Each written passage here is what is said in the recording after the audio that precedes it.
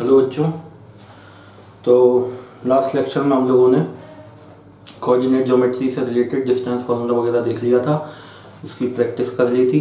ठीक है, अब हम देखते हैं कुछ फंक्शन से रिलेटेड बातें। तो हेडिंग देखो, फंक्शन।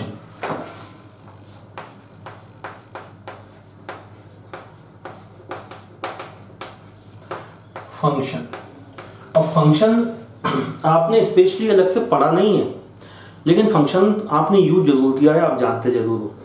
जैसे कि कंप्यूटर जो होता है उसमें कंप्यूटर जैसे जो मशीन है उसको आप बोल सकते हो कि वो एक फंक्शन है, वो एक फंक्शन परफॉर्म करता है।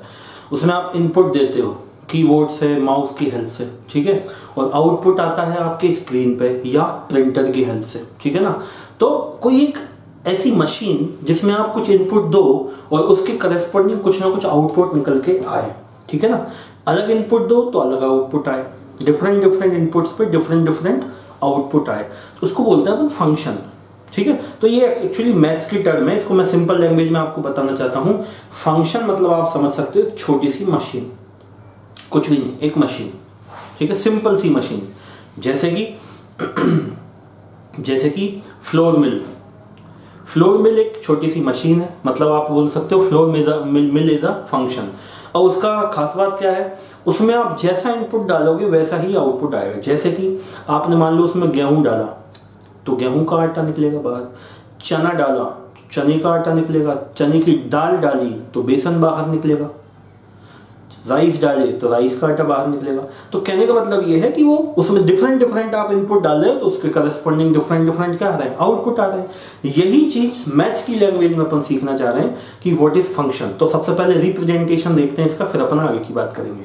जैसे कि मान लो बेटा लिखा हुआ है y is equal to f of x, इसको रीड कैसे करेंगे, y is equal to f of x. इसका मतलब क्या हुआ, इसका मतलब हुआ बेटा कि y इज अ, इसका मतलब क्या हुआ, y is a function of x। y किसका फंक्शन है, x का। इसका मतलब क्या हुआ, कोई होगा फंक्शन, तो यहां से ये जो है ये अपन डालते हैं इसमें इनपुट, इसमें डाला अपन ने इनपुट, x इनपुट डाला, आउटपुट आएगा y से, ये आएगा आउटपुट। इनपुट डालोगे फंक्शन में, किसमें, ये f में डालोगे इनपुट, है ना। तो x क्या है, इनपुट, और y क्या है, आउटपुट। फॉर एग्जांपल सिंपल सी बात देखें, y is equal to 2x square. तो ये क्या है, y is a function of x। y किसका फंक्शन है, x। अब देखो if x is equal to 0, ये इनपुट है, तो आउटपुट क्या है, 0। ये x डाला इनपुट, आउटपुट क्या आएगा y, तो x की वैल्यू 0 डाली तो आउटपुट क्या है, y की वैल्यू 0। अगर x की वैल्यू में डालूं 1 तो आउटपुट क्या है, 2। If x is equal to डालूं बेटा मैं 2 तो y क्या है, 8। तो ये फंक्शन है, सिंपल सी लैंग्वेज है और कुछ भी नहीं है, दम कुछ भी नहीं है, बस डराने के लिए बात है और कुछ नहीं। आप सब जानते हो फंक्शन, मैथ्स में जो आपने इक्वेशंस पढ़ी वो सब फंक्शन ही तो है। y is equal to this, जैसे y is equal to sine x, y is equal to sine x, ये क्या है, एक फंक्शन है। y is equal to sine theta, ये क्या है, एक फंक्शन है। देखो और देखो एग्जांपल, जैसे मैं बात करूं y इज इक्वल टू, इसको रीड कैसे करेंगे, y इज अ फंक्शन, नहीं, y is equal to f of x, और सेंटेंस के फॉर्म में कैसे बोलेंगे, y is a function of x, y is a function of x, ठीक है ना। अभी मैं आपको डिफरेंशिएशन पढ़ाऊंगा जब इसके बारे में और बात करेंगे। अभी अब मैं जो सिखाना चाह रहा हूं वो बात करते हैं। अब जैसे y इज इक्वल टू लिखूं मैं साइन थीटा, तो sine theta is a function, sign theta is a function which has theta input. Theta क्या है इसमें, इनपुट, और आउटपुट कहां से आएगा, ये y आउटपुट देगा, ये आउटपुट है, समझे ना। तो देखो मैं लिखूं if theta is equal to 0 degree, if theta is equal to 0 degree, तो थीटा इज इक्वल टू अगर 0 डिग्री है तो y की वैल्यू क्या आएगी बेटा, ये इनपुट हो गया, theta is equal to 0 input है, देखो इनपुट, y आउटपुट आएगा साइन 0 कितना होता है 0, if theta is equal to 30 degree लिखूं तो y आउटपुट क्या लिखूंगा मैं 1/2। तो sine theta is a simply function है ना which has theta input and y is output. ठीक है ना बेटा, तो ये वाली बात हुई। तो आई होप आपको समझ में आ गया होगा। जैसे अब अपन और छोटे छोटे क्वेश्चन करें, जैसे कि मान लो, अच्छा एक चीज और, चलो पहले इससे रिलेटेड क्वेश्चन करते हैं। जैसे मान लो आपसे पूछा एक एग्जांपल क्वेश्चन ने पूछा कि f ऑफ x दे रखा है अपने को, मतलब फंक्शन है x का, है ना। कोई जैसे मैं अभी y is equal to f of x लिख रहा था, तो उसने y is equal to f of x ना लिखते हुए डायरेक्टली दे दिया f of x is equal to 10x, ये दे रखा है। मतलब एक फंक्शन है x का, मतलब 10 एक फंक्शन है x का, है ना, जिसमें x इनपुट है और इस पूरे का आउटपुट आएगा जो भी आएगा। और उसने पूछा है if find f of pi by 4, f of pi by 4, मतलब ये पूछने का तरीका है, मैं इसलिए जानबूझ के ऐसे बता रहा हूँ। जैसे उसने बोला f of x is equal to 10x एक फंक्शन है, तो उसने पूछा find f of pi by 4, मतलब x की वैल्यू पाई बाय 4 है, वो किस में पुट करो, फंक्शन में। तो कितना आएगा, x की जगह पाई बाय 4 लिख दो। पाई बाय 4 मतलब कितना होता है बेटा, 180 बाय 4 मतलब 45। तो 10 45 की वैल्यू कितनी आती है, 1। तो f ऑफ इस केस में f ऑफ पाई बाय 4 कितना आया, 1 आंसर। इसी को मैं इसी फॉर्म में बना सकता हूं, जब इसी स्टेटमेंट को मैं इस फॉर्म में लिख सकता हूं कि f of x is equal to sine x। Theta की जगह x लिख देते हैं। जरूरी थोड़ी है कि एंगल को हमेशा थीटा से ही रिप्रेजेंट करें, इसमें जो एंगल है उसको x से रिप्रेजेंट करते हैं। साइन के अंदर हमेशा एंगल ही जाता है ना, मतलब x जो है वो एंगल ही है, एंगल जाएगा इसके अंदर। तो उसने पूछा फाइंड f ऑफ, उसने पूछा find f of pi bye 3, ये पूछ लिया। तो क्या लिखेंगे अपन, साइन पाई बाय 3, x की जगह पाई बाय 3 पुट कर दो। ठीक है ना बेटा, और पाई बाय 3 पाई होता है 180 बाय 3 मतलब 60 डिग्री, साइन 60 की वैल्यू कितनी होती है, √3/2। इस तरीके से क्वेश्चंस कर लेते हैं। छोटी सी बात है कि फंक्शन क्या होता है। ठीक है ना बेटा, तो आप इस पूरे को नोट करो, फिर मैं अभी इससे रिलेटेड कुछ क्वेश्चन करूंगा। और मेन मुद्दा है अपना डिफरेंशिएशन स्टार्ट करना, है ना, डिफरेंशिएशन फंक्शन से ही स्टार्ट होता है। तो इसको नोट करो, इससे रिलेटेड कुछ और क्वेश्चन की प्रैक्टिस करेंगे, कुछ होमवर्क दूंगा आप लोगों को, फिर अपन आगे बढ़ेंगे।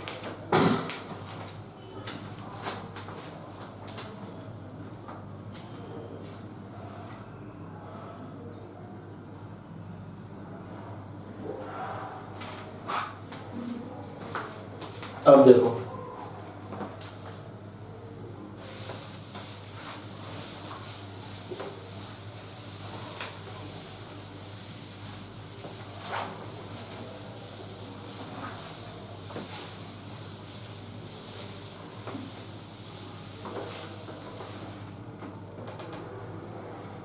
जैसे अपने को दिया f of x is equal to, मान लेते हैं क्वेश्चन है f ऑफ x, इक्वेशन है f ऑफ x, मतलब फंक्शन को डिफाइन कर रखा है उसने कि एक फंक्शन है, वो क्या है बेटा, वो है sin x plus cos x। ये एक फंक्शन दे रखा है sin x plus cos x, और अपने से पूछा है find f of pi bye 2, find f of pi bye 2, ये पूछा है। तो अपन क्या करें बेटा, x इनपुट है, ये फंक्शन के अंदर इनपुट जा रहा है पाई बाय 2, मतलब ये पूरी एक मशीन है जो छोटी छोटी दो मशीनों से मिलकर बनी है ना। इससे अपने को क्या निकालना है, पाई बाय 2, x की वैल्यू पाई बाय 2 पुट कर देंगे, आंसर आ जाएगा। तो f ऑफ पाई बाय 2 की वैल्यू क्या आएगी बेटा, x की जगह पाई बाय 2 पुट कर दो, sine pi by 2 plus cos pi by 2। Sine pi by 2 तो हुआ 1 प्लस कॉस पाई बाय 2 हुआ 0, तो कितना आया बेटा 1। इस f ऑफ पाई बाय 2 की वैल्यू इस केस में क्या आई, 1। समझे। और देखो, जैसे अपने को दिया एक और question, f of x is equal to x plus 2 दे रखा है, सपोज x प्लस 2। अपने से पूछा मान लो find f of -1, f of -1 की वैल्यू फाइंड आउट करना है। तो बेटा x की जगह क्या पुट करेंगे, -1, तो क्या आएगा f of -1 is equal to x की जगह -1 और 2 तो एज इट इज, तो क्या आ गया +1। ये आंसर हो गया। सिंपल सिंपल सी बात है, कोई दम नहीं है ज्यादा, ठीक है। और देखो जैसे मान लो एक कोई फंक्शन दे दिया अपने को f of x is equal to x² plus 2x plus 1 या -1 कर देते हैं, चलो इसको, ये कोई फंक्शन दे दिया, अपने से पूछा find f of 1, f of 1 पूछ लिया, तो क्या करें, तो f of 1 is equal to x जाने के बाद 1 पुट कर दो, 1 का स्क्वायर प्लस 2 इंटू 1 -1, तो इस 1 से ये 1 कैंसिल, तो कितना आंसर आया 2। सिंपल सिंपल सिंपल सी बात है, कोई दम नहीं ज्यादा। नोट करो,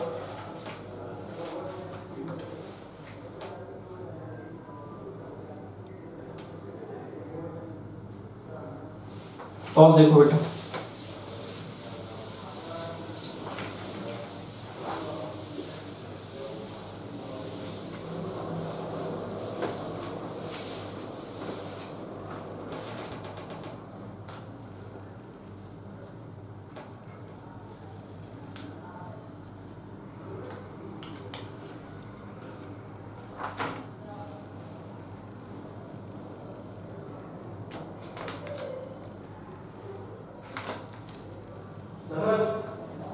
जैसे कि मान लो बेटा एक अच्छा क्वेश्चन करते हैं, f ऑफ x एक फंक्शन दिया हुआ है अपने को क्वेश्चन में, और वो है x² प्लस 2,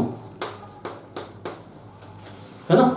अपने से पूछा find f of x, f of x, ये पूछा है अपने से। क्या पूछा है, फाइंड f ऑफ x। अब इसका मतलब क्या होगा कि ये एक फंक्शन है, ये डिफाइंड है, इसमें x की वैल्यू डालो, फिर जो आंसर आए उसको दोबारा इसी में डालो। इसका मतलब क्या होगा, एक आटा चक्की है, उसमें आपने गेहूं डाला, उसका जो रिजल्ट आया उसको दोबारा से आपने आटा चक्की में डाल दिया, तो कुछ और रिजल्ट आएगा। जैसे कि एक आटा चक्की है, उसमें आपने गेहूं डाले, तो थोड़े से पिस के बाहर आ गए, तो कुछ अलग आउटपुट आया। फिर जो उसका जो आउटपुट आया वो आपने उसी आटा चक्की में दोबारा से डाल दिया, तो अब ज्यादा अच्छे से पिस के बाहर आएंगे, है ना। तो वैसा ही है ये फंक्शन। दो फंक्शन है, फंक्शन ऑफ फंक्शन, मतलब दो मशीनों का कॉम्बिनेशन।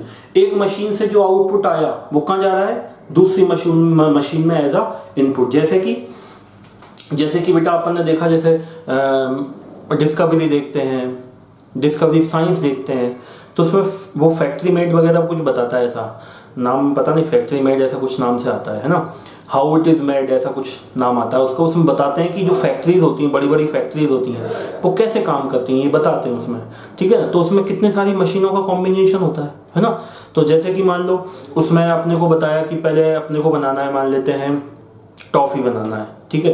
तो टॉफी अगर अपने को बनाना है, तो टॉफी बनाने के लिए क्या करते हैं, वो अलग अलग मशीनों में डिफरेंट क्या करते हैं, रॉ मटेरियल डालते हैं। फिर रॉ मटेरियल, जैसे फर्स्ट मशीन में रॉ मटेरियल डाला, उसने उसको ग्राइंड कर दिया, मान लो कोई पाउडर डाला, फिर दूसरी मशीन से वो दूसरी मशीन में गया, तो उसमें क्या किया, उसने थोड़ा लिक्विड ऐड कर लिया, फिर अगली मशीन में गया तो उसको गोल गोल बना दिया। ऐसे मतलब एक मशीन का जो आउटपुट आया वो दूसरी मशीन में जाएगा एज अ इनपुट, ठीक है। इसको बोलते हैं फंक्शन ऑफ फंक्शन। पढ़ेंगे कैसे, f ऑफ x, ठीक है। f ऑफ x का भी एक और f, ठीक है ना। तो f ऑफ x पढ़ते हैं इसको बेटा, ठीक है ना। तो कुछ नहीं करना, अब देखो f ऑफ x की वैल्यू क्या है अपने पास, x² प्लस 2, तो इसकी वैल्यू अपने को दे रखी है, f ऑफ x की वैल्यू दे रखी है x² प्लस 2, और इस x प्लस 2 को किस में डालना है, f में। मतलब अपने को पूछा क्या है उसने, f ऑफ x की वैल्यू ये रही, x² प्लस 2 की वैल्यू पूछी है, ये पूछा है। और f ऑफ x उसने खुद ही डिसाइड कर रखा है, मतलब खुद का जो इनपुट है वो खुद ही के उसमें डालना है मशीन में, मतलब खुद का जो आउटपुट है वो खुद ही के मशीन में एज इनपुट डालना है। तो देखो f ऑफ x की वैल्यू क्या आएगी, अब ये जो पूरी वैल्यू है इसी फंक्शन में डालना है। तो x² की जगह क्या पुट करेंगे, x² प्लस 2 का होल स्क्वायर प्लस 2, तो आंसर आएगा बेटा x⁴ a प्लस b का होल स्क्वायर ओपन कर लेंगे, प्लस b² मतलब 4 plus 2 into a into b, और ये प्लस का 2 है, तो कितना आंसर आया, x raise to the power 4 plus 4x square plus 6, ऐसे आंसर आ जाएगा। अपने को ऐसी जरूरत नहीं है, एक आइडिया के लिए मैंने आपको बताया कि ऐसे भी होता है। इसको बोलते हैं f ऑफ x, ठीक है ना। तो ये बात भी होगा। तो ये छोटी सी बात आपको समझ आ गई होगी। ऐसा कुछ अपन कर सकते हैं, क्वेश्चंस कितने भी आप अपने से बना के खुद से भी कर सकते हैं, इसका कोई अंत नहीं है। अब ये फंक्शन की बात अपन ने देख ली, अब अपन डिफरेंशिएशन पे आते हैं। डिफरेंशिएशन मेन मुद्दा है जो अपने को पढ़ना है, वही काम में आना है, ये इससे काम में नहीं आना है, तो नॉलेज के लिए। अब देखो, अब हेडिंग देखो, डिफरेंशिएशन वेरी इंपॉर्टेंट पार्ट है बेटा, फिजिक्स की जान है। डिफरेंशिएशन की बिना फिजिक्स अधूरा है। देखो हेडिंग लिखेंगे डिफरेंशिएशन, क्या लिखेंगे, डिफरेंशिएशन।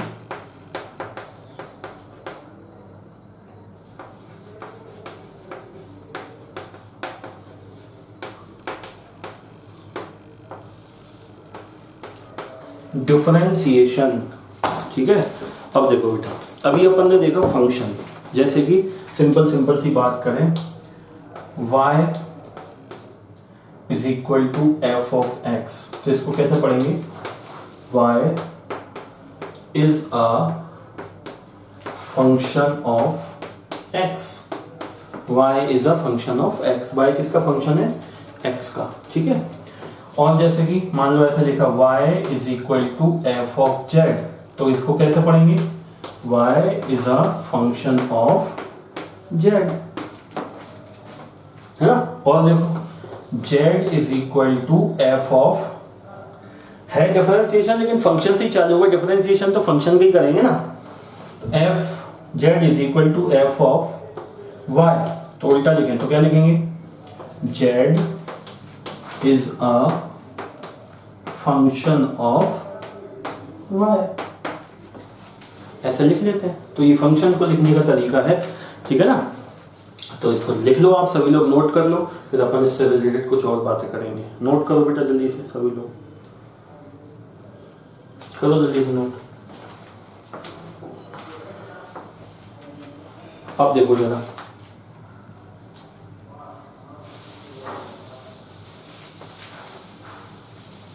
जैसे मुझे लिखना है चेंज इन बाय, ये डेल्टा वाई वर्ड यूज किस लिए करते हैं अपन, चेंज इन बाय। डेल्टा मतलब चेंज, बाय के आगे लगा हुआ है मतलब चेंज इन बाय। अगर यहां लिखा हुआ था डेल्टा जेड, तो क्या मत लिखते हैं अपन, चेंज इन जेड, छोटी छोटी सी बात है। अगर डेल्टा यहां लिखा होता एक्स, तो क्या लिखते हैं इसको अपन, चेंज इन एक्स। अब ये जो चेंज होता है, डेल्टा जब कभी भी लगाते हैं बेटा किसी के भी आगे, तो डेल्टा का मतलब होता है किसी चीज में चेंज, और चेंज कैसा, जिसको अपन मेजर कर पाए। जैसे कि फॉर एग्जांपल टाइम t2 की वैल्यू दे रखी है अपने को 4 सेकंड, t2 की वैल्यू कितनी गिवन है बेटा, 4 सेकंड, और t1 की वैल्यू गिवन है 2 सेकंड। और आपने से पूछा फाइंड डेल्टा t, मतलब चेंज इन टाइम, तो उसको क्या लिखेंगे अपन, t2 माइनस t1, तो क्या लिखेंगे 4 माइनस 2 मतलब 2 सेकंड। इसको मेजर कर पा रहे हैं ना, है ना। जिस चीज को अपन कैलकुलेट कर सकते हैं, मेजर कर सकते हैं, उसको डेल्टा जैसे लिखते हैं। अब इसी का एक छोटा भाई भी है जिसको अपन देखेंगे,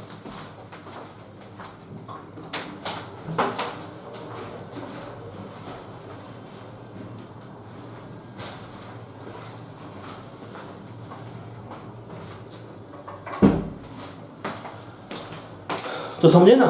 तो ये था बेटा डेल्टा का मतलब, डेल्टा का मीनिंग क्या होता है ना। अब अपने से कोई पूछे बताओ delta y by delta x की वैल्यू क्या है, delta y upon delta x लिख दिया, इसका मतलब क्या हुआ, इसका मतलब ये हुआ change in y upon change in x. ऊपर है चेंज इन वाई, नीचे है चेंज इन एक्स।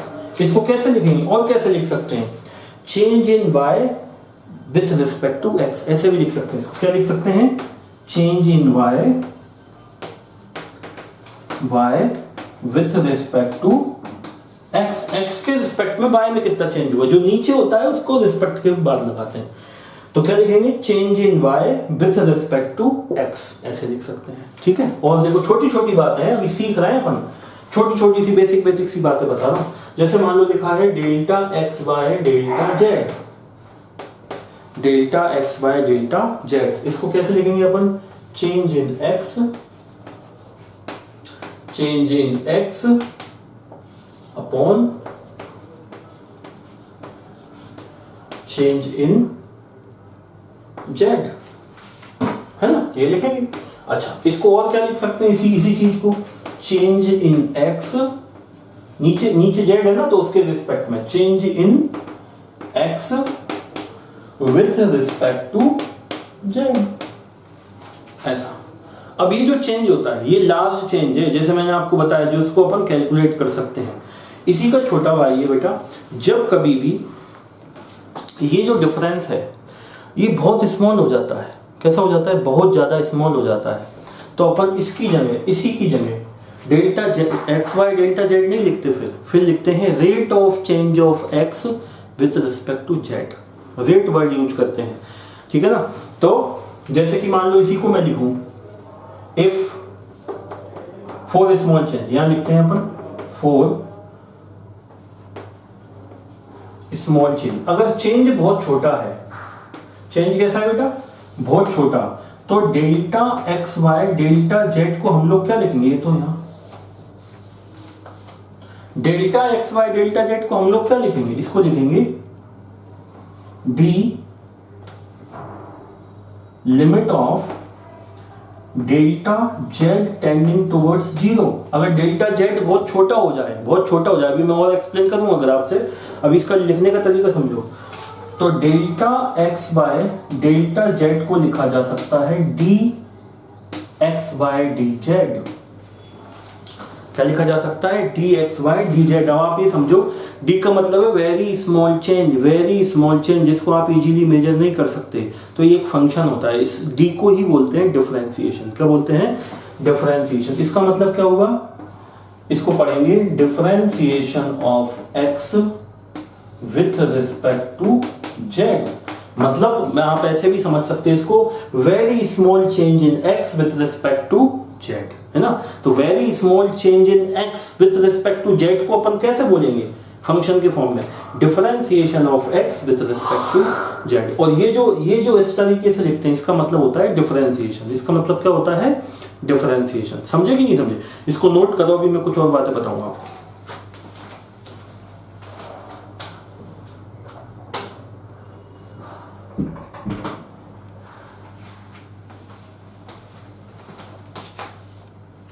और देखो बेटा,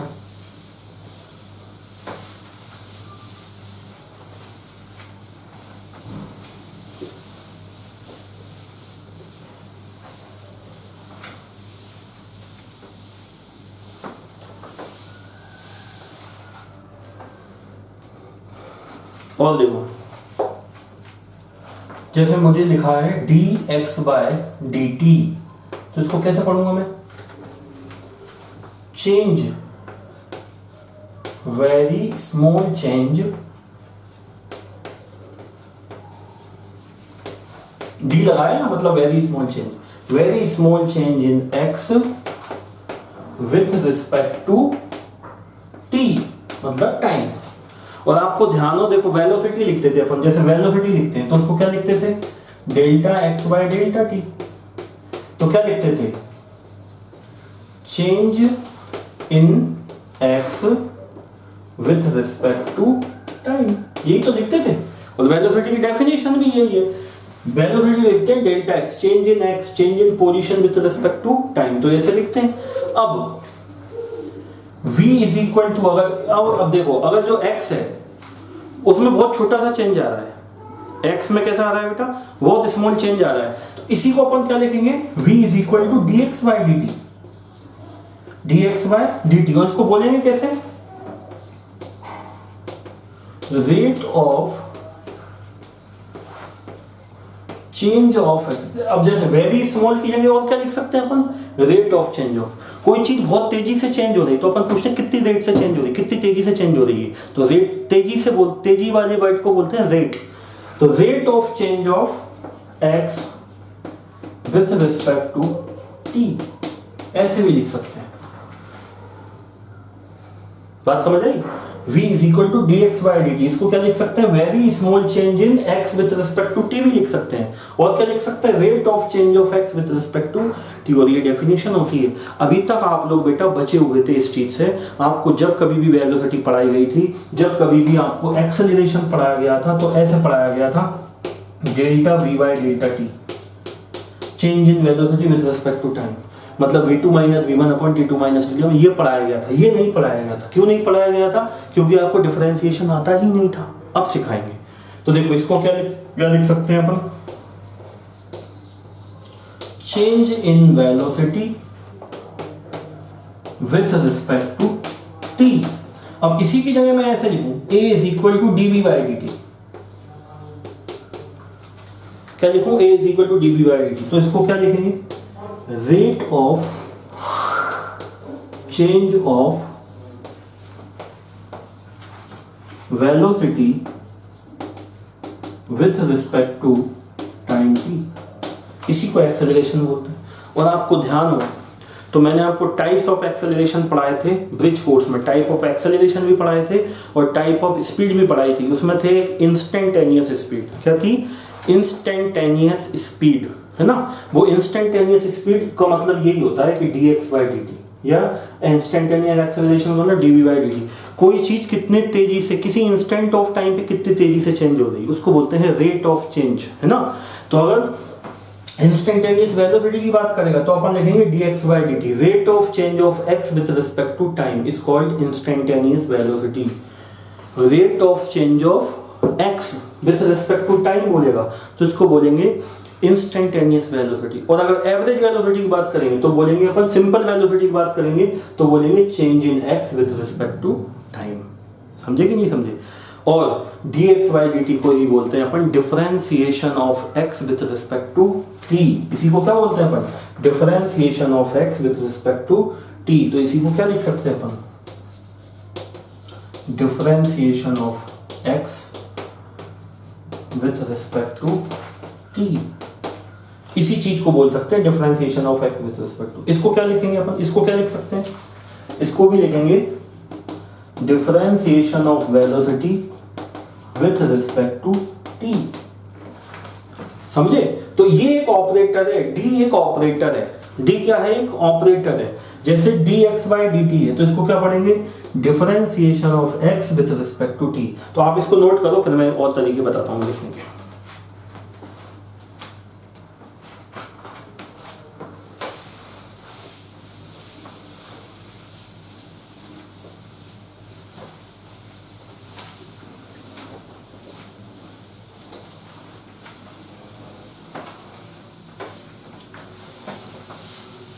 अभी तो अपन लिखना सीख रहे हैं ना, रिप्रेजेंटेशन ऑफ डिफरेंशिएशन कैसे रिप्रेजेंट करते हैं वो चीज सीख रहे हैं अभी तो अपन। तो देखो अब आगे की बात करते हैं। जैसे मान लो ये लिखा हुआ है dx बाई dt, इसको क्या बोलेंगे, d मतलब differentiation of x with respect to t। तो क्या लिखेंगे बेटा इसको, differentiation of x with respect to t, या rate of change of x with respect to t भी बोलते हैं। लेकिन अब अपन rate of change of x नहीं बोलेंगे, अपन डिफरेंशिएशन पढ़ ही रहे हैं तो वही लिखना सीखेंगे ना। तो क्या लिखेंगे, differentiation of x with respect to t। In the same way अगर लिखते हैं dv बाई dt तो क्या लिखेंगे, differentiation of velocity with respect to time t। ये प्रेजेंटेशन है, ठीक है। अच्छा और देखो ऐसा लिखा हुआ dx बाई dy, तो इसको क्या लिखेंगे, differentiation of x with respect to y। और ऐसा लिखा हुआ तो dy बाई dz, तो क्या लिखेंगे इसको, differentiation of by with respect to z। तो ऐसे ये रिप्रेजेंटेशन है, इसका लिखने का तरीका और पढ़ने का तरीका है। समझे कि नहीं समझे। तो ये बात हुई। अब इसी में एक डबल डिफरेंशिएशन भी होता है, उसकी अपने की जरूरत नहीं है, लेकिन एक नॉलेज के लिए बता देता हूं। जैसे मान लो ऐसे लिखा है, अभी अपन ने क्या पढ़ा था, f ऑफ x पढ़ा था। पढ़ा था कि नहीं पढ़ा था? तो वैसे ये है, जैसे कि अपने को ऐसे लिखा हुआ है, जैसे आपने कभी ध्यान दिया हो या हो सकता है किसी बच्चे को बताया गया हो। अगर अपन बात करें एक्सेलरेशन, तो एक्सेलरेशन होता है differentiation of v with respect to t। Acceleration को क्या लिख सकते हैं अपन? Differentiation of v with respect to t। तो इसको क्या लिखेंगे बेटा अपन? Differentiation of v velocity with respect to t, ये अपन लिखेंगे इसको, ठीक है ना। अब इसी को और क्या लिख सकते हैं? देखो a is equal to d upon dt, तो एज इट इज। v को क्या लिख सकते हैं अपन? dx by dt। v को क्या लिख सकते हैं? वेलोसिटी को dx बाय dt।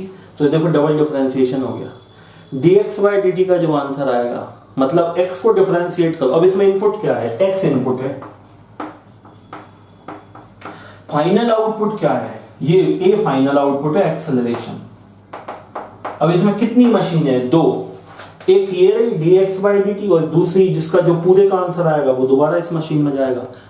तो डिफरेंशिएशन, यहाँ पे डिफरेंशिएशन एक फंक्शन है ना। x इनपुट है, सबसे पहले वो जा रहा है किसके अंदर? x जा रहा है d बाई dt के अंदर। तो फंक्शन क्या बना? Differentiation of x with respect to t। इसका जो आउटपुट आएगा उस आउटपुट को बोलते हैं अपन वेलोसिटी। जो वेलोसिटी आएगी वो किस में जाएगी? इस वाले फंक्शन में, इस वाले में डी बाई डी टी में, है ना।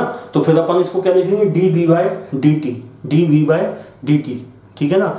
और d b by d t क्या बोलते हैं? एक्सेलरेशन। तो एक्सेलरेशन को ऐसे भी लिखा जा सकता है। इसी को लिखने का दूसरा तरीका भी होता है, जैसे इसको दो बार डिफरेंशिएट किया, x को पोजीशन को अगर दो बार डिफरेंशिएट करो, पोजीशन को एक बार डिफरेंशिएट करते हैं तो क्या मिलता है? वेलोसिटी। और दूसरी बार एक बार और डिफरेंशिएट करते हैं तो क्या मिल जाता है? एक्सेलरेशन। तो देखो इसको क्या लिख सकते हैं? इसको डबल डिफरेंशिएशन को लिखते हैं d2x बाय dt स्क्वायर, ऐसे लिखते हैं बेटा। इसका मतलब क्या है?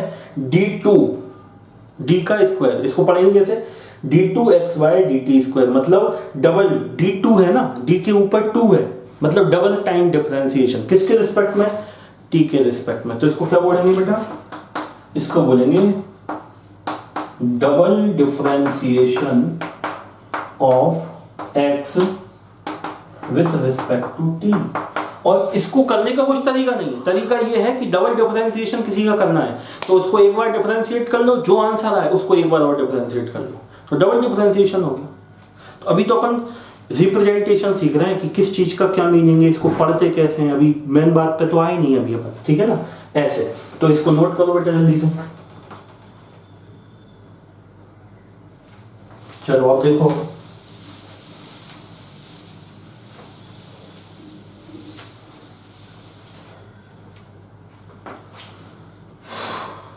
जैसे कि मान लो अपने को लिखा हुआ है P is equal to d f by d t. Newton's law actually ये है, momentum is equal to rate of change of force with respect to time, ठीक है ना। नहीं, force is equal to rate of change of momentum, ये। तो इसको क्या लिखेंगे अपन? फोर्स किसकी इक्वल है? Rate of change of momentum. Rate, देखो रेट आया ना, डेफिनेशन लिखेंगे तो रेट वर्ड यूज कर देंगे।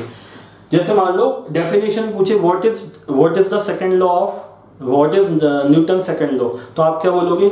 Rate of change of momentum with respect to time is equal to applied force on the body. ये न्यूटन सेकंड लॉ एक्चुअल में है। अपन F is equal to m पढ़ते हैं ना, mass into acceleration, Newton second law, वो इसी से आता है। न्यूटन ने ये स्टेटमेंट नहीं दिया था, न्यूटन ने ये स्टेटमेंट दिया था। क्या बोला था बेटा उसने बोला था कि रेट ऑफ चेंज ऑफ, देखो मैंने बोला था कोई चीज में बहुत तेजी से चेंज होता है, बहुत जल्दी से चेंज होता है, तो वर्ड यूज करते हैं रेट ऑफ चेंज ऑफ, और उसके लिए डी यूज करते हैं। तो इसको क्या लिखेंगे? Rate of. जब डेफिनेशन लिखेंगे तो लिखेंगे rate of change of momentum with respect to time is equal to applied force on that body, समझे। तो इसी को लिखेंगे, तो dp बाई dt क्या लिखेंगे? Rate of change of momentum, या p भी लिख सकते हो आप, momentum with respect to time. या तो ये स्टेटमेंट लिखो, या इसी को ऐसे भी लिख सकते हैं अपन। ऐसे एग्जाम में नहीं लिखते, अभी तो मैं डिफरेंशिएशन के ट्रैक पर लाने के लिए बता रहा हूं। वेरी स्मॉल चेंज डिफरेंशिएशन का मतलब change in momentum with respect to time, ऐसे भी लिख सकते हैं, लेकिन अपने को ऐसा नहीं लिखना, अपने को जरूरत ही नहीं है ऐसा लिखने की। ये ऐसा लिखेंगे कब, जब डेफिनेशन लिखेंगे, और ऐसा लिखेंगे जो मैं लिखवा रहा हूं dp बाय dt, और क्या लिखेंगे इसी चीज को, rate of change of momentum with respect to time को क्या लिख सकते हैं, डिफरेंशिएशन ऑफ मोमेंटम। देखो मोमेंटम के आगे p लगाए ना, मतलब कैसे पढ़ेंगे, differentiation of momentum with respect to time, differentiation of momentum with respect to time. तो ऐसे बेटा डिफरेंशिएशन को पढ़ने का और समझने का तरीका है। बात समझ आई? तो ये वाली बात हुई, ठीक है, इन सबको नोट करो। अभी अपन ने सीखा है रिप्रेजेंटेशन ऑफ डिफरेंशिएशन, ठीक है ना। अब मैं आपको बताऊंगा इसके कुछ फॉर्मूले, उसका मीनिंग भी समझाऊंगा कि ये मीनिंग क्या है एक्चुअल में, वो अपने को समझना है। जो मैं स्लोप की बात करता था आपको, वो स्लोप का मीनिंग भी अभी आपको समझाऊंगा, ठीक है। इसको नोट करो जल्दी से।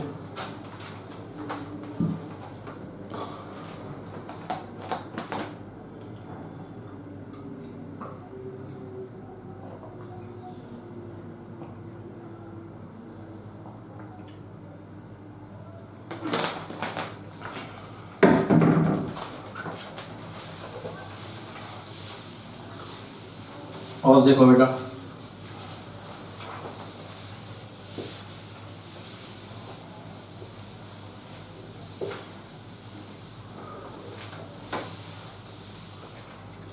चलो अब मैं आपको बताता हूं डिफरेंशिएशन का एक्चुअल में मीनिंग क्या होता है, ठीक है ना।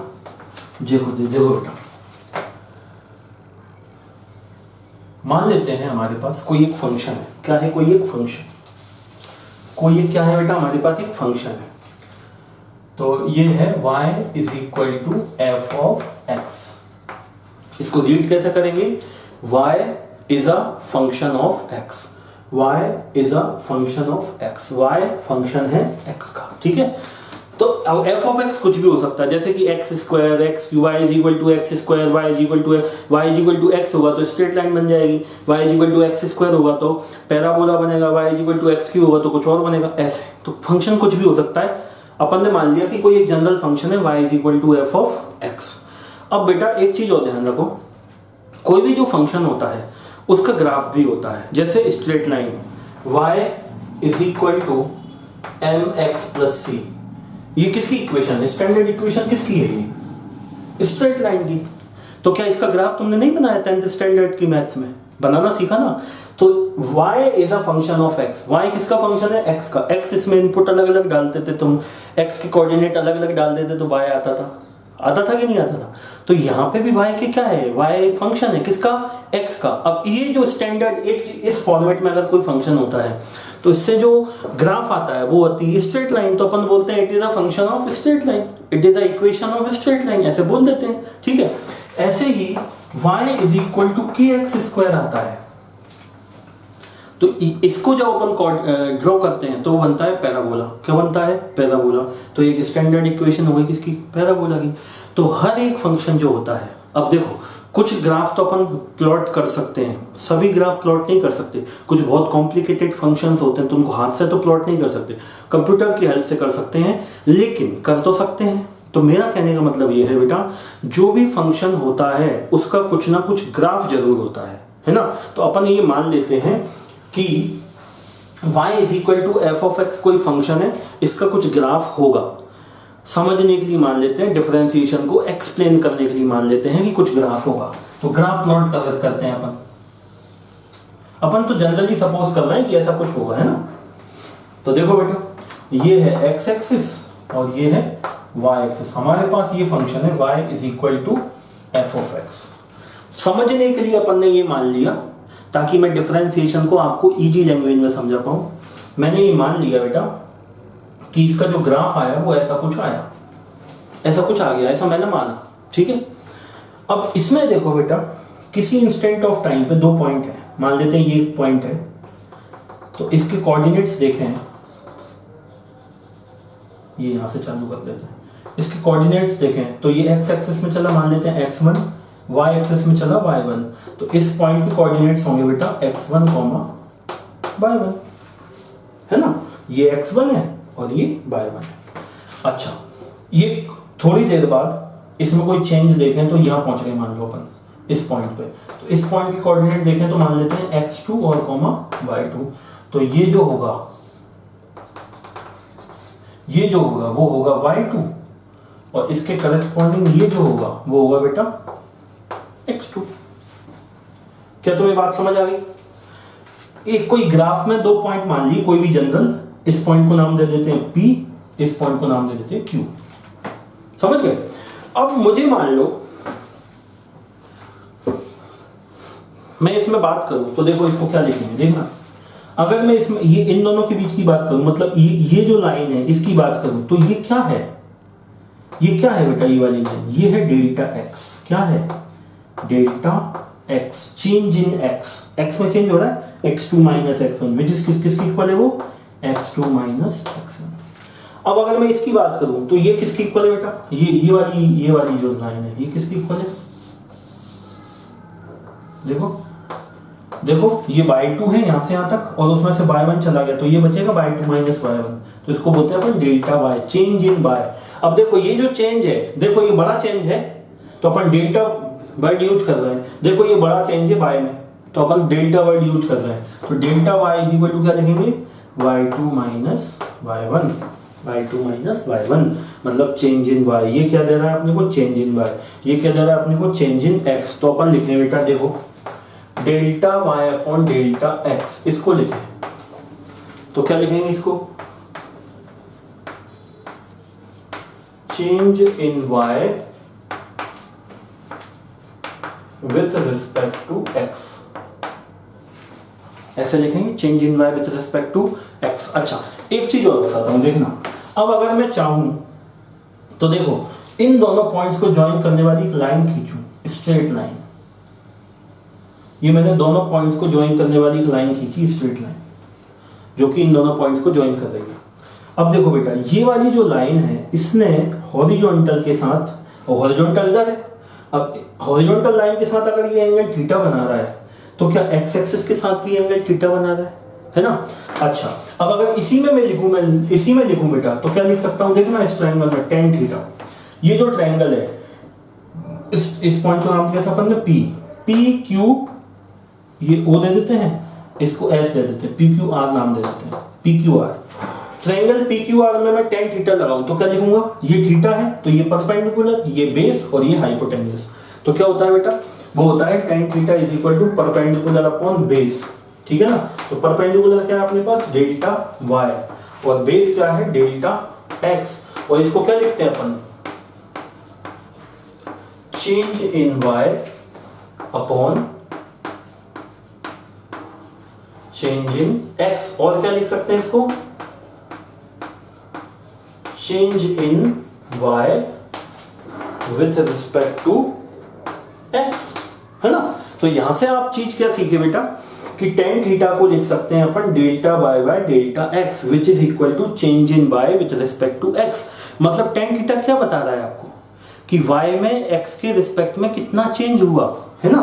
तो देखो इसी को तो स्लोप भी बोलते हैं, इसी को स्लोप बोलते हैं। देखो अगर डेल्टा y की वैल्यू में कम कर दूंगा तो ये नीचे की तरफ आएगा तो स्लोप कम होता जाएगा। तो ये टेन थीटा जो होता है वो किसके बारे में नॉलेज देता है आपको?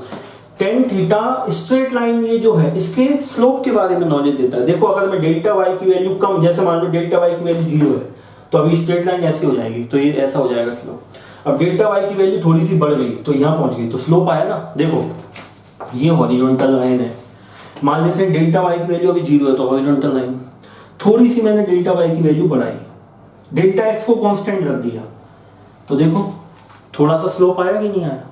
फिर थोड़ी सी और बढ़ाई तो देखो थोड़ा सा स्लोप और आ गया, फिर थोड़ी और बढ़ाई तो थोड़ा सा स्लोप और आ गया। मतलब change in y with respect to x हमको क्या इंफॉर्मेशन दे रहा है? स्लोप के बारे में बता रहा है। क्या बता रहा है? स्लोप के बारे में इंफॉर्मेशन दे रहा है कि अपन जैसे जैसे x को डेल्टा x को कांस्टेंट रखते हुए डेल्टा y को बढ़ाएंगे तो देखो इसका स्लोप पहले कम था फिर थोड़ा ज़्यादा हुआ, फिर थोड़ा और ज़्यादा हुआ, तो स्लोप बढ़ता जाता है। और वो delta y by delta x किसके इक्वल है? टेन थीटा के। किसकी इक्वल है?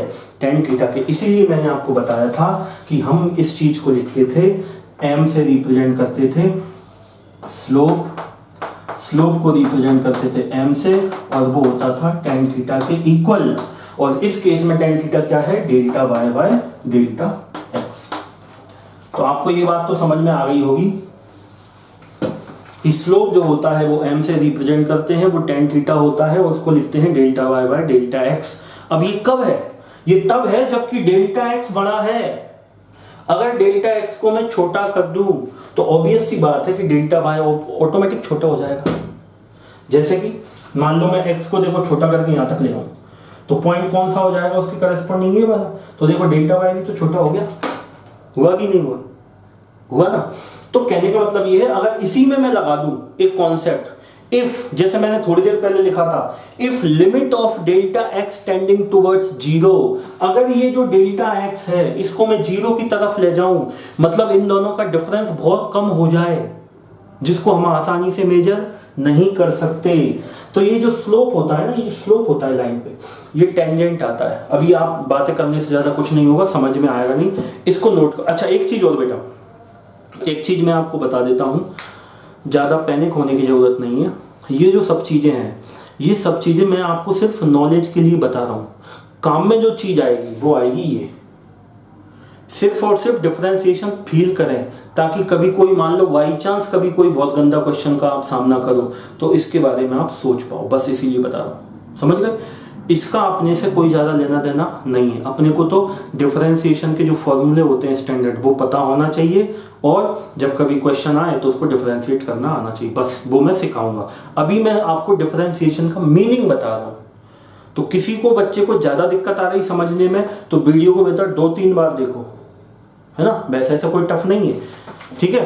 तो अभी जब ये डेल्टा एक्स बड़ा है, डेल्टा वाई छोटा है, तो अपन ने स्लोप देखा, वो होता है टेन थीटा, और उसको बोलते हैं delta y by delta x. अब अपन देखेंगे इस डेल्टा एक्स को छोटा करेंगे, है ना, फिर देखते हैं उससे क्या फर्क पड़ा। पहले इसको नोट करो अच्छे से।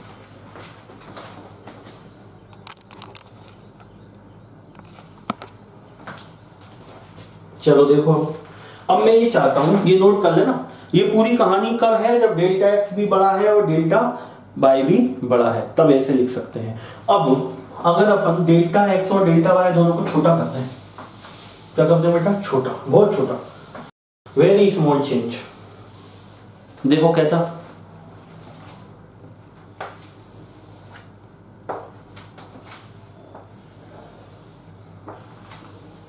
ये है हमारा एक्स एक्सिस और ये है वाई एक्सिस। मान लेते हैं बेटा ये जो एक्स है, ग्राफ तो अपने पास जो था वो ये है, जो ग्राफ मैंने प्लॉट किया था y is equal to f of x का, किसका? y is equal to f of x का। ये जो ग्राफ मैंने बनाया था वो ऐसा बनाया था, वही दोबारा बना देता हूं, ये बन गया ग्राफ, ठीक है ना। अब इसमें आप देखो बेटा, देखो ये पॉइंट था P, ये पॉइंट मान लेते हैं P है, ये पॉइंट है P, इसके करेस्पॉन्डिंग ये x है और ये y था। यहां पे मैंने x1 y1 नाम दिया था, अभी मान लेते हैं x और y है। अब देखो जरा, ये डेल्टा x जो है इसको मैं छोटा करता जाऊं, पहले ये यहां था पॉइंट, अगर मैं डेल्टा x को छोटा करूं तो देखो यहां पहुंच जाएंगे। ये तो ग्राफ बना लिया ना आपने, अब इसी में मैं थोड़ा गड़बड़ करूंगा, देखना। अब मैं इसमें आपको थोड़ा मॉडिफाई करके काम की चीजें सिखाता हूं।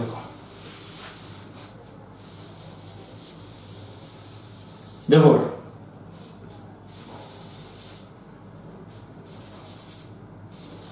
देखो ये हमारे पास ग्राफ है y is equal to f of x का। अब इसमें अगर मैं देखो x1 तो मैंने फिक्स कर रखा है और ये y1 भी फिक्स कर रखा है, मान लो ये है। मान लो x2 को मैं पास में मूव करवाऊं तो यहां ले आए, तो देखो x2 छोटा हो गया, दोनों का डिफरेंस छोटा हो गया, तो देखो दोनों का डिफरेंस छोटा हो गया ना, तो देखो y भी छोटा हो गया, ये डेल्टा y भी छोटा हो गया।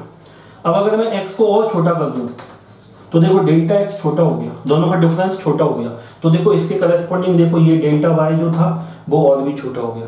फिर मैं इसको और छोटा कर दूं तो देखो डेल्टा y और छोटा हो गया, ये और छोटा हो गया, डेल्टा x छोटा हुआ, डेल्टा y। ऐसे करते करते करते करते करते बिल्कुल इतना सा, जिसको आप मेजर ही नहीं कर सकते आसानी से, इतना छोटा सा चेंज करूं, उसको बोलते हैं रेट ऑफ चेंज। जो बिल्कुल बहुत छोटा सा चेंज होता है जिसको अपन आसानी से मेजर नहीं कर सकते, उसी को तो बोलते हैं वेरी स्मॉल चेंज, को ही तो बोलते हैं रेट ऑफ चेंज ऑफ। जो rate of change word use होता है वो बहुत छोटे से चेंज के लिए यूज करते हैं। तो अगर अब देखो यहां पे लिखेंगे इफ ऐसे लिखें limit of delta x tending towards zero.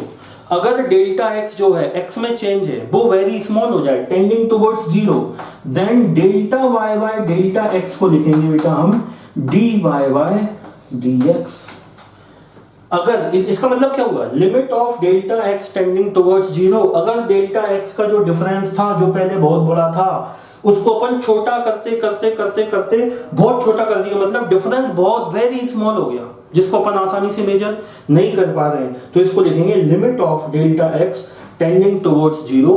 तब delta y by delta x को क्या लिख सकते हैं अपन, d y by d x. और इसको क्या बोलते हैं, rate of change of y with respect to x। क्या बोलेंगे, rate of change of y with respect to x। और क्या बोलेंगे, और बोलेंगे इसी dy by dx को जो मैं आपको ऑलरेडी लिखवा चुका हूं, differentiation of y with respect to x, differentiation of y with respect to x। तो आपको बात समझ आ गई होगी कि जब कभी भी कोई चीज तेजी से चेंज होती है, कोई भी फिजिकल क्वांटिटी में बहुत तेजी से वेरिएशन आता है, जैसे कि बहुत तेज स्पीड में आप कार चलाओ तो क्या डिस्टेंस बहुत तेजी से चेंज हो रही है, क्या स्पीड बहुत तेजी से चेंज हो रही है, तो अपन वर्ड यूज करेंगे रेट ऑफ चेंज।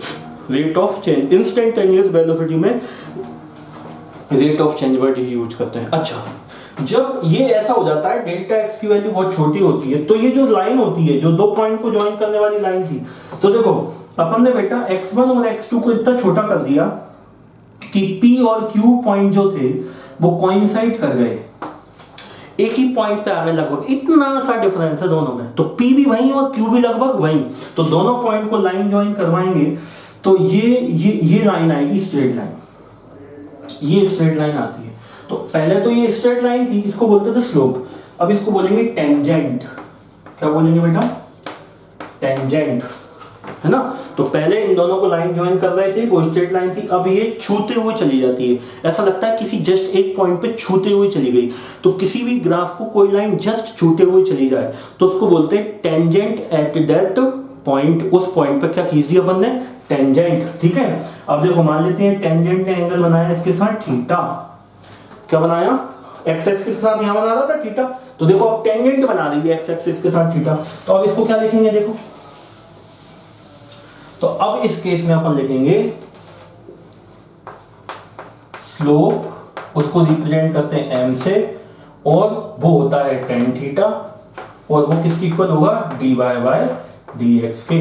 तो जब कभी भी बेटा चेंज बहुत छोटा होता है तो स्लोप टेंजेंट से देखा जाता है, जब चेंज बड़ा होता है तो भी tan थीटा से देखा जाता है, लेकिन उस केस में फिर tan थीटा को लिख सकते हैं delta y by delta x। देखो ये तो वेरी स्मॉल चेंज होता है जिसको अपन मेजर नहीं कर सकते, तो tan थीटा किससे लिखते हैं बेटा, डिफरेंशिएशन से। किससे लिखते हैं, if change is large, change कैसा है, लार्ज है, तो आप उसको ग्राफ में मेजर कर सकते हैं। उस केस में स्लोप क्या लिखते थे अपन, slope is equal to m is equal to tan theta is equal to delta y by delta x। बस इतनी सी कहानी है। जब कभी भी चेंज बड़ा होता है जिसको आप मेजर कर सकते हैं तो स्लोप मतलब tan थीटा को लिख सकते हो delta y by delta x, और जब कभी भी स्लोप बहुत कम होता है तो उसको क्या लिख सकते हैं, dy बाय dx। अब देखो dy बाय dx किसके इक्वल है, स्लोप के, और dy बाय dx को क्या बोलते हैं, differentiation of y with respect to x। इसका मतलब क्या हुआ, मैं स्लोप पे बार बार क्यों फोकस कर रहा था, क्योंकि बेटा डिफरेंशिएशन का एक्चुअल मीनिंग क्या है, स्लोप ऑफ द लाइन। देखो dy बाय dx किसके इक्वल है, tan थीटा के, और स्लोप के। और dy बाई dx को क्या बोलते हैं, differentiation of y with respect to x। तो डिफरेंशिएशन एक्चुअली क्या है, क्या फील कराता है आपको कि किसी ग्राफ का उस पॉइंट पे स्लोप क्या है, और स्लोप जितना ज्यादा होगा चेंज उतना ही ज्यादा होगा। बात समझ आई? तो ये था बेटा बेसिक छोटा सा डिफरेंशिएशन का मीनिंग समझा आज हम लोगों ने। नेक्स्ट क्लास में इसके मैं फॉर्मूले बताऊंगा और इसकी कुछ थ्योरम्स बताऊंगा कि इसको कैसे सॉल्व। सिंपल है, डरने की कोई बात नहीं है। ये अभी मैंने फील क्या कराया, सीखा क्या अपन ने कि डिफरेंशिएशन का सिंबल होता है d upon dx, dy by dx में इसको पढ़ते कैसे हैं, differentiation of y with respect to x। मैंने बहुत सारे आपको इसके पहले एग्जांपल बताए थे कि रिप्रेजेंटेशन कैसे करते हैं, उनको रीड कैसे किया जाता है, ठीक है। दूसरी बात, डिफरेंशिएशन का मतलब होता है किसी चीज में बहुत तेजी से चेंज को मेजर करना, ठीक है। तीसरी बात कि डिफरेंशिएशन स्लोप के भी इक्वल होता है, स्लोप ऑफ द टेंजेंट के भी इक्वल होता है। मतलब किसी ग्राफ में आप किसी जगह टेंजेंट खींचो तो उसका स्लोप को क्या लिख सकते हो आप, डिफरेंशिएशन के इक्वल कर सकते हो। ये समझने की बात थी, इसमें डरने की कोई बात नहीं है, ठीक है ना। अभी तो समझने की बात थी, फील करने की बात थी कि व्हाट इज डिफरेंशिएशन। अब नेक्स्ट क्लास में जब अपन पढ़ेंगे तो नेक्स्ट क्लास में मैं आपको बताऊंगा बेटा इसके फॉर्मूले, और वही अपने काम में आएंगे, और ये भी चीज काम में आएगी। ये दोनों फॉर्मूले, ये वाले तो आते ही हैं, कई बार काम में आएंगे, ठीक है। तो आज के लिए इतना ही करते हैं। थैंक यू बेटा।